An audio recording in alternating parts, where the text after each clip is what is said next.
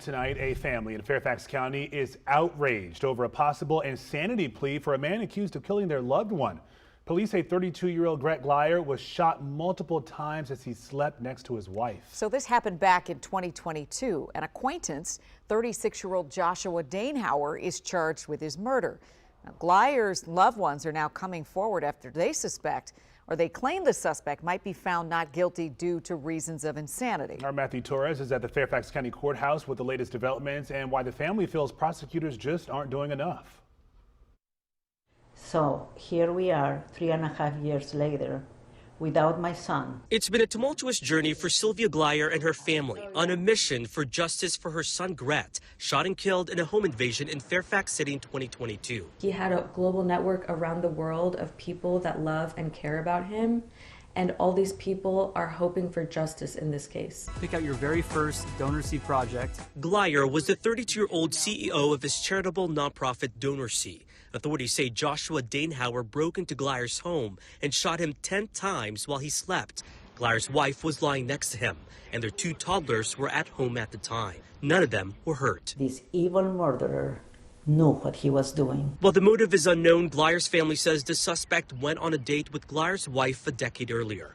Nothing more happened, but they claim the suspect kept wanting to reconnect. Just months before the shooting, Glyer and his family started attending church, where Danehower happened to be a member. This trial should have been held 2 years ago. Years of delays in competency evaluations have frustrated the family. Over the holidays, the family met with prosecutors. They say they were told Danehower could possibly receive an insanity plea. We were told this whole time for 3.5 years that an insanity plea was not an option, only because of how much evidence that there was in this case, that the man who killed my brother intended to kill him, and that he knew what he was doing in the sense that he knew the difference between right and wrong. The Fairfax County Commonwealth's Attorney's Office did meet with the family and claimed to discuss various options, including an insanity plea. This after an expert for the defense declared Danehower was insane. Prosecutors hired their own expert, but the final report has yet to be submitted. The prosecutor's office has not made a final decision, but the family says they left that meeting feeling differently. When we heard that there was going to be the possibility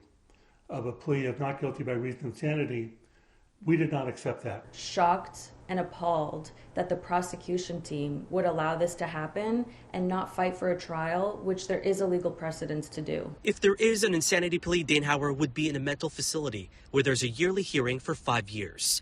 Loved ones fear he would have a chance to get out. I want to say a message to the judge. Don't let injustice prevail in Virginia. So what happens next? Loved ones are hoping to find out during the next court hearing scheduled January 23rd. In Fairfax tonight, Matthew Torres, WUSA 9.